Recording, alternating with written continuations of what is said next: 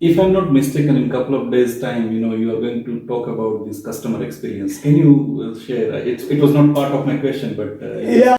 Yeah, yeah, that's true. I mean, what we are witnessing now is in a hyper competitive environment where product differentiators are dying. New product development is not a matter of choice but a business imperative. uh, Competition from me too players, so emittents, pricing at a bottom side, and matching feature on the technology side, matching service features. So all this, is a big catch up game. It's like being on the treadmill. So what we are seeing is product differentiators are dying, product life cycles are flattening up, new product development is all the time happening, and everybody is into this race together. So what is that unique glue that actually you can bind yourself with your customers? Wonderful. And that is to create a superior customer experience every time you engage with customers. End of the day, that's unique to you, unique to the organization, unique to the people that you have. How do your customers feel following the interaction with you is a question that you constantly need to ask. And it's not a one-off exercise. So from concept to commissioning and care for life, so throughout the life cycle, across the numerous touch points with customers, how do you pay attention to creating a superior customer experience that he will have a wow feeling, and with that a superior emotional quotient and top of mind recall? It's something that leaders constantly need to carve out. Yeah. And I think so, customers experience is the next big thing. That it was always there in B2C consumer segment, but B2B is closely catching up. So I think it's a very interesting concept. Yeah, yeah, and I'll be, of course, watching that very, very. Most pleasure, be my guest. Great interest. Yeah, thank you Thank for you. sharing. Yeah. I think like you said, customer experience is going to be the most important attribute when it comes to Yes. business or Yes. industries. Yes. Now coming back to our discussion, when we talk about the leaders are always under constant stress. Yes. The moment you talk about leadership, you talk about challenges, you talk about uncertainty, you talk about Yes. stress. So, and leaders also, do experience the stress, and that stress sometimes is also keeping up the image, Yeah. an image of unshakable trust or Yes. unwavering faith. Yes. What has been your experience on that? No, that's true. I mean, you are only a leader if there are followers. Yeah. And the followers will continue to be with you, come sun, come rain, as long as they enjoy your unwavering trust, no doubt about that. There have been times where that trust is put to test, whether it is economic ups and downs, whether it is rough weather in terms of project execution or order book and all that. So I think these are part and parcel. So dealing with VUCA environment, what we call VUCA, that term that was coined, is a part and parcel of every leader's leadership attribute. How well he copes up, there are no formulas there. Yeah. But I think his ability to empathize with stakeholders, with his followers especially, his ability to put himself in the shoes of the customers, the followers, his ability to communicate, convey the genuinity in his leadership, walking the talk every single time, I think makes sure that his followers continue to enjoy that trust, because there will always be factors that will be outside your control, and they will always come around, they will come and go, but I think the leadership attribute need to stay, which is the trust. So I think good leaders are tested. That's they say now that the ships are built not for docking in the harbor, but To sail in the sea. to sail in the high seas, especially in the rough seas, rough weather, and that's where the leadership is put to test. So and I think we are being very fortunate that we have been put to harsh weather conditions. Yeah.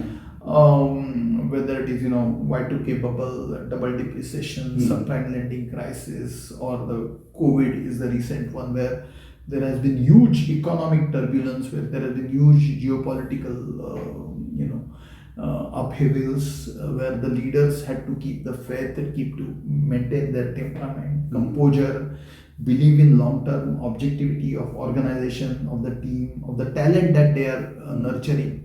And I think that's where the leadership needs Is to tested. really tested, and there is no formula, but it's tested by fire. If you put it that way. Since we are on the topic of these challenges and the stress or managing the uncertain times, what do you think is the most difficult thing for a leader? Most difficult thing for leader. Okay, I mean obviously coming good on expectations of his At all subordinates every single time, whether there are tailwinds or there are headwinds. Yeah. And the leaders actually thrive because of the challenge that they see Yeah. in this. Yeah. So I think I wouldn't say it's the most difficult thing. It's part and parcel of the story that you have to. But conflict management is one aspect where leaders find a big challenge. That Yeah. there are two equally demanding situations. Which one should be the one? Is one for that matter. There are constant pressures from the top management about enhanced performance levels. There are constant push from the subordinates or peers Or even the colleagues, market. or even the markets about superior delivery, notwithstanding the challenges that they have or the limitations that they have.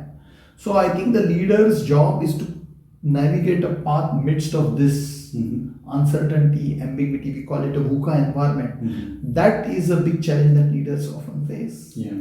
So So you talked about top management expectations from the subordinates Right. or the peer groups, Right. even satisfying the market conditions or Right. taking certain decisions based on those situations. yes. And one of the things that is attached to leaders is taking unpopular decisions. Yes. A decision which probably does not go well with all the stakeholders or all the interested parties. Right. Any example of that in your career? All of us as leaders, no matter what our titles carry, have to take some hard decisions. But the objectivity is very important when you take those hard decisions. Absolutely. And many times, right sizing of the organization is one such hard decision. It means reshuffling the team, it means resizing the team, it sometimes means jobs rotation, and in the extreme situations, even letting people go. But I think if you keep objective focus, and as long as you can communicate that it is not about individual, it is not about one's ability, but a lot to do with several factors, then probably you are able to cope up with such things.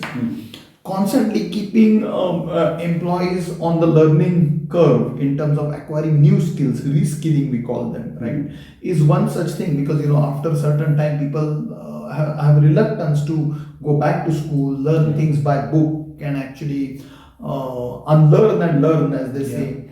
So there you have to lead by example, and I think I've been fortunate again to work with people who have always inspired me to constantly be on the learning path.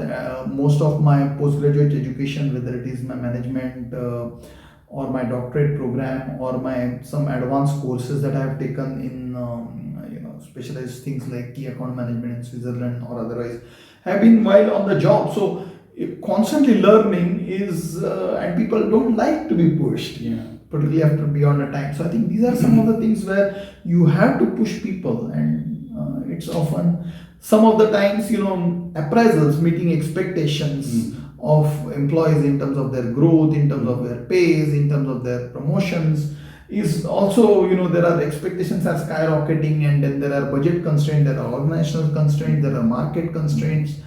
So sometimes you have to take some tough decisions there, and still keep people motivated. Now you can't always have cake and eat it too. So there will be always some decisions which will not be so popular. But again, you have to stay objective and not take things personally or not speak things personally. Yeah.